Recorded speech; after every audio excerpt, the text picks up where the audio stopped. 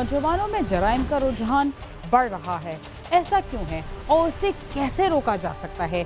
ये सिर्फ पुलिस की जिम्मेदारी नहीं बल्कि समाजी इदारों को भी इस तरफ तवज्जो देने की ज़रूरत है और इस बात का अंदाज़ा लगाने की भी अशद ज़रूरत है कि मीडिया और सोशल मीडिया के गलत इस्तेमाल और जराइम के मौज़ूआत पर बनाई जाने वाली फिल्मों से नौजवानों को कैसे महफूज रखा जा सकता है।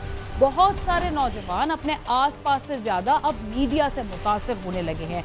वो सारा दिन कमरे में बंद रहते हैं और उस कमरे को ही अपनी दुनिया समझते हैं, इसलिए कि कंप्यूटर के जरिए और इंटरनेट के सहारे उस सारी दुनिया को देख और सुन भी सकते हैं और मुख्तलिफ ममालिक में बसने वाले अफराद से राब्ता भी कर सकते हैं। उनमें बहुत सारे ऐसे भी होते हैं जो ना तो बंद कमरों में बैठकर इंटरनेट का इस्तेमाल करते हैं और ना ही तरक्की याफ्ता जुबानों में बनाई जाने वाली फिल्मों के मौज़ूआत से वाकिफ होते हैं, बल्कि छोटे छोटे देहातों में बैठकर जब वो एक्शन से भरी जराइम की फिल्में देखते हैं तो उन पर अमल भी कर गुजरते हैं। उन्हें इस बात की परवाह नहीं होती कि गिरफ्तार होने के बाद उन्हें किस सज़ा से गुजरना पड़ेगा और ना ही इस बात का अंदाज़ा होता है कि तवील सज़ा की सूरत में उनकी ज़िंदगी किन मुश्किलात से घिर सकती है। हमारे ख्याल में नौजवानों को तफरीह के साथ गैर निसाबी सरगर्मियाँ और सेहतमंद माहौल ही जराइम से निजात दिला सकता है, लेकिन बड़े बड़े शहरों में ये सहूलतें ना होने की वजह से वो जराइम की तरफ राग़िब हो रहे हैं।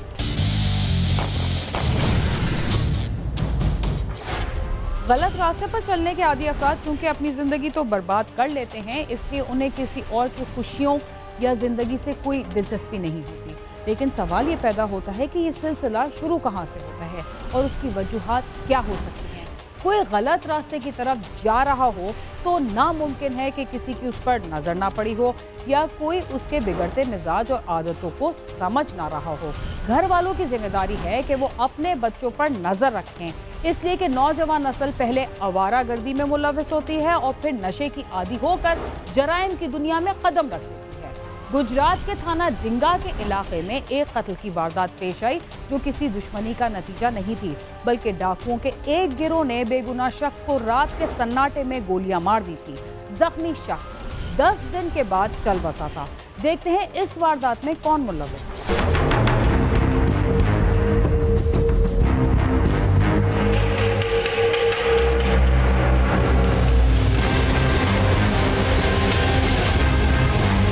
मोहम्मद शबीर नामी ठेकेदार अपने एक दोस्त मजर को डेरे पर उतार कर अपने घर की तरफ जा रहा था। शाह गली के करीब नलके वाली पुली पे 3 मुसल्ला डाकू नाका लगाए खड़े थे। उन्होंने शबीर को रोकने की कोशिश की। हम रात को पेट्रोलिंग कर रहे थे।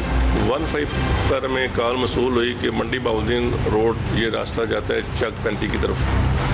रास्ते में कुछ नामालूम लोग डकैती की वारदात कर रहे हैं। मामूल के मुताबिक हम पेट्रोलिंग ड्यूटी पे थे, SHO साहब भी साथ थे, तो बजरिया 15 हमें कॉल मसूल हुई है कि शाह कुली रोड पे राजापुर पुली के पास जो रास्ता मंडी बहाउद्दीन की तरफ जाता है वहाँ पे 3-4 नामालूम लोगों ने शबीर अब्बास, गुलाम शबीर अब्बास जो कि लोकल गवर्नमेंट कंट्रैक्टर है, उसको रोकने की कोशिश की है, ना रुकने पर फायर किए हैं। शबीर को शायद ये अंदाजा था कि रात के इस वक्त उसे इस तरह रोकने वालों का इरादा ठीक नहीं, इसलिए वो ना रुका और मोटरसाइकिल की रफ्तार बढ़ा दी ताकि वो उनके चुंगल से निकल जाए। पूरी तौर पर मौके पर पहुंचे तो गुलाम शबीर नाम का आदमी जिस बेचारे को 4 फायर लगे थे मजरूबी हालत में जमीन पे गिरा हुआ था। Immediately after receiving the call we rush to the spot. SHO साहब भी साथ थे, हम मौका पे पहुंचे।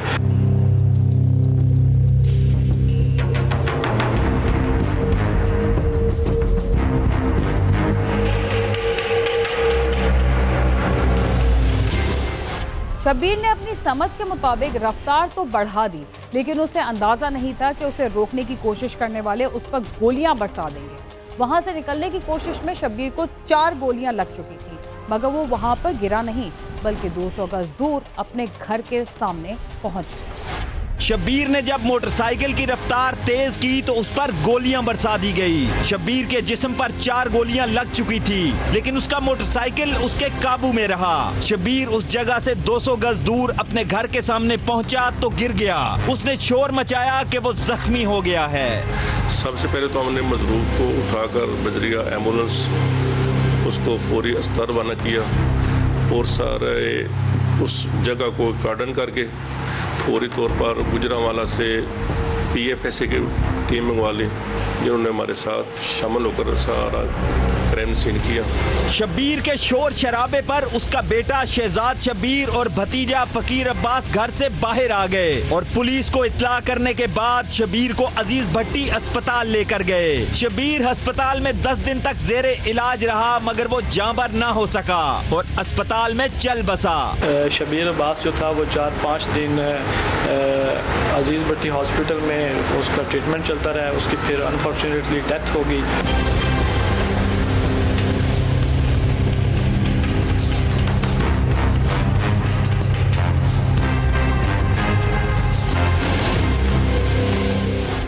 थाना डिंगा में वारदात का मुकदमा पहले से दर्ज था, मगर शब्बीर के मरने के बाद कत्ल की दफा भी शामिल कर ली गई।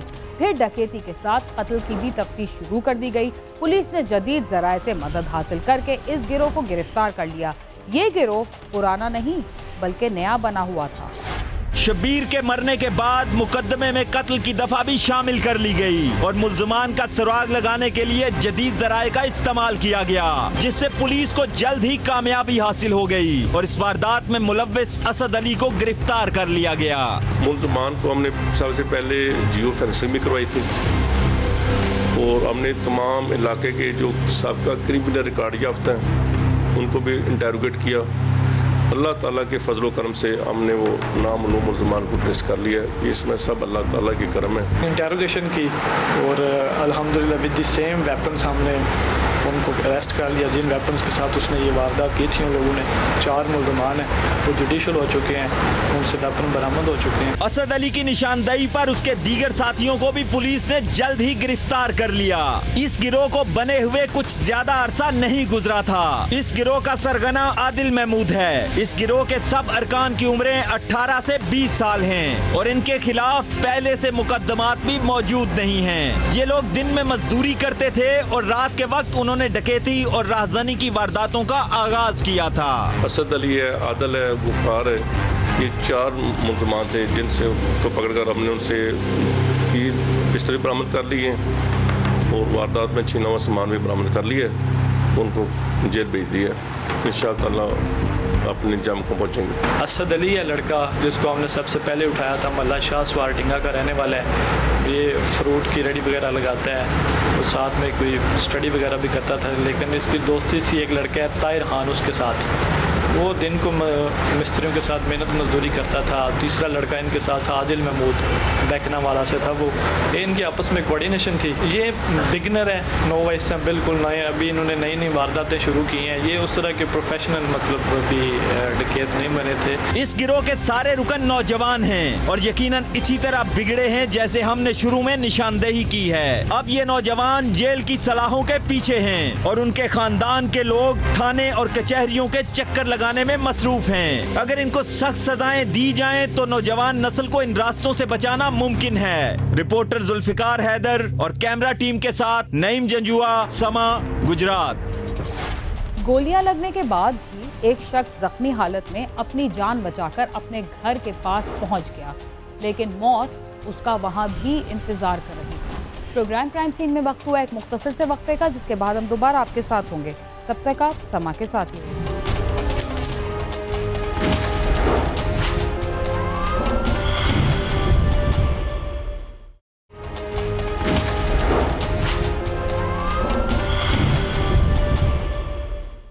प्रोग्राम क्राइम सीन में एक बार फिर खुशामदीद।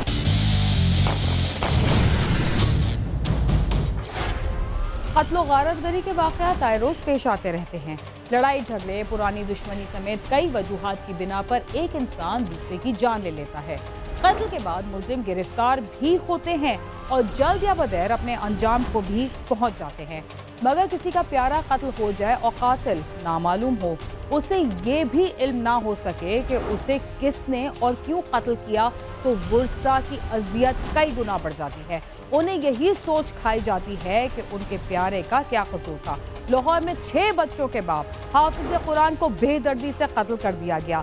ना उसकी किसी के साथ कोई दुश्मनी थी, ना ही उसका किसी से लड़ाई झगड़ा हुआ, मगर एक जान चली गई। आइए जानते हैं ये अफसोसनाक वाकया कैसे पेश आया।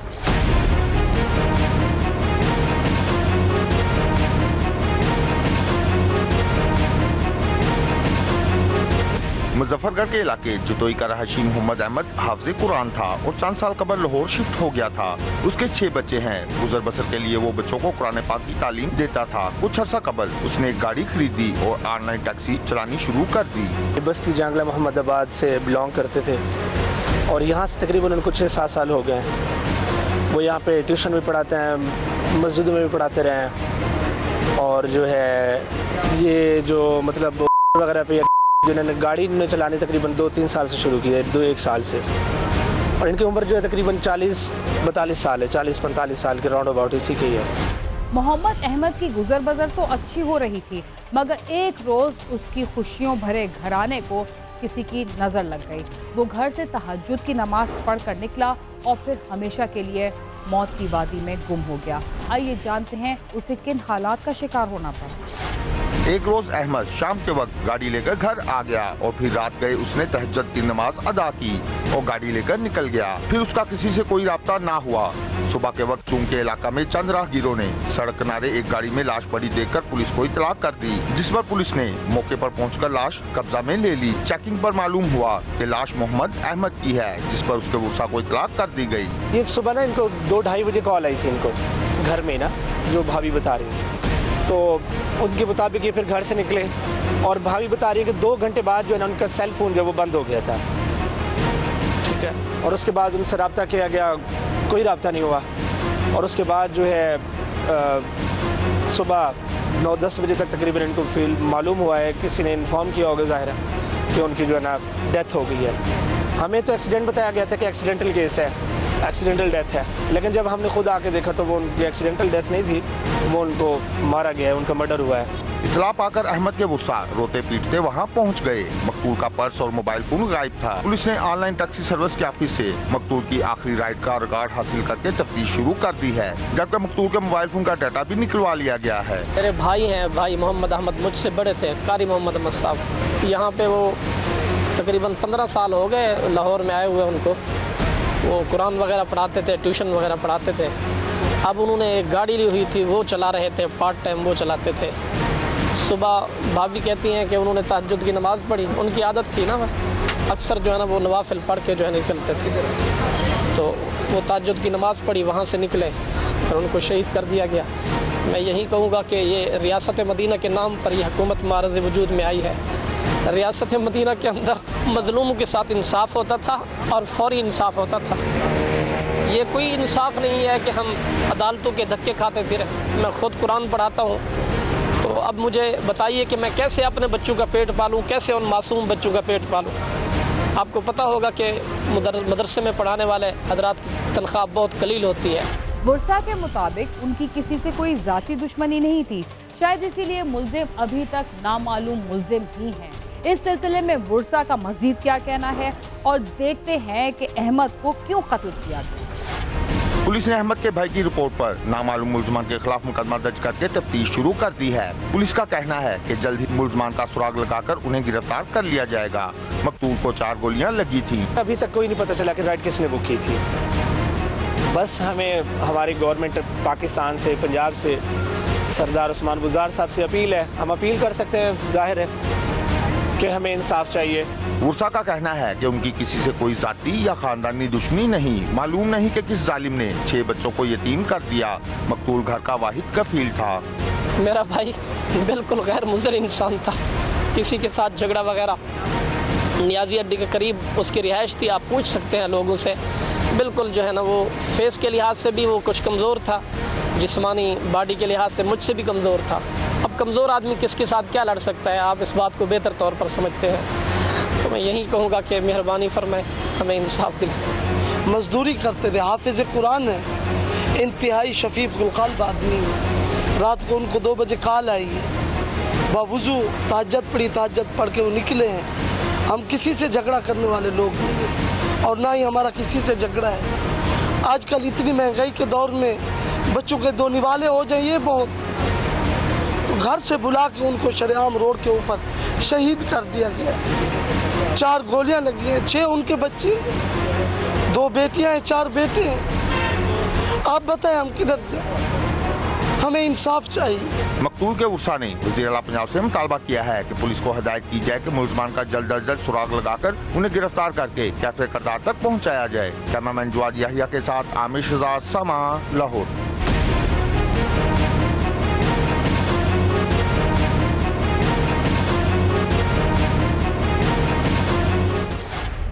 कत्ल की ऐसी वारदातें जिनमें किसी भी मुलजिम के मुलव्विस होने के सबूत ना मिले और ये भी पता ना चले कि मकतूल को क्यों कत्ल किया गया, पुलिस के लिए बहुत बड़ा चैलेंज बन जाती हैं। लेकिन ऐसी वारदातें कई बरस गुजरने के बाद भी बेनकाब हो जाती हैं। इसके साथ ही क्राइम सीन अपने इख्तिताम को पहुंचता है। अगर आप हमसे रब्ता करना चाहते हैं तो हमारा पता है cs@sama.tv। इसके अलावा आप ट्विटर, फेसबुक और यूट्यूब पर भी हमसे रब्ता कर सकते हैं और हमारा प्रोग्राम भी देख सकते हैं। बीना खान और क्राइम सीन की टीम को इजाज़त दीजिए और देखते रहिए समा।